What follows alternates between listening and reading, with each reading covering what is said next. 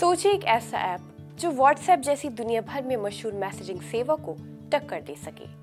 ये सपना अब हकीकत बन गया है। ज़ोहो कॉरपोरेशन के फाउंडर श्रीधर वेम्बू ने अपने गांव से टेक्नोलॉजी की दुनिया में नई क्रांति शुरू की है और पेश किया है अरटाई, भारत का अपना इंस्टेंट चैट ऐप। आदाब, मैं हूं आपके साथ अमीना माजिद और आप देख रहे हैं आवाज द वॉइस। भारत में व्हाट्सएप को टक्कर देने के लिए एक ऐसा ऐप आया है जिसे अरटाई के नाम से जाना जा रहा है। इस ऐप को बनाने वाली कंपनी का नाम ज़ोहो है, जिसके फाउंडर श्रीधर वेम्बू हैं, जिनकी कंपनी ज़ोहो ने अरटाई नाम का एक मैसेजिंग ऐप बनाया है। अरटाई का तमिल में अर्थ है इंस्टेंट चैट।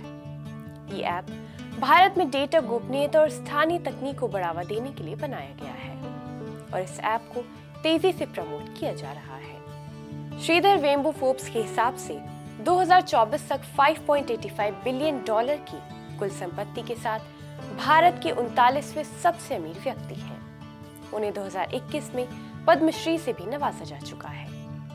1989 में डॉक्टर श्रीधर वेम्बू ने IIT मद्रास से इलेक्ट्रिकल इंजीनियरिंग में बीटेक की डिग्री हासिल की। उसके बाद उन्होंने प्रिंसटन यूनिवर्सिटी से पढ़ाई करने के बाद अपना करियर सिलिकॉन वैली से शुरू किया।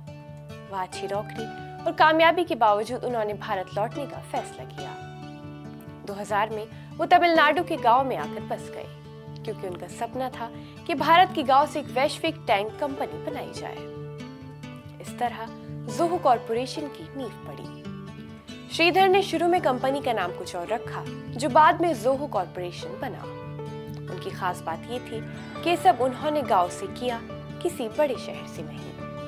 श्रीधर ने गांव के युवाओं को सॉफ्टवेयर डेवलपमेंट सिखाने का अनोखा कदम उठाया। उन्होंने ग्रामीण इलाकों में ट्रेनिंग प्रोग्राम और स्कूल भी शुरू किए। उनका मानना था कि प्रतिभा सिर्फ बड़े शहरों या महंगे कॉलेजों में नहीं, बल्कि गांव में भी हो सकती है। ज़ोहो 50 से ज्यादा क्लाउड बेस्ड सॉफ्टवेयर बनाती है, जिनका इस्तेमाल 180 से ज्यादा देशों में 10 करोड़ से ज्यादा लोग करते हैं। ये कहानी सिर्फ एक ऐप की नहीं, बल्कि एक ऐसे इंसान की है जिन्होंने भारत के गांव से ग्लोबल लेवल की कामयाबी की राह बनाई, गांव के युवाओं को मौके दिए और स्वदेशी तकनीक को बढ़ावा देने का नया आयाम खोला है।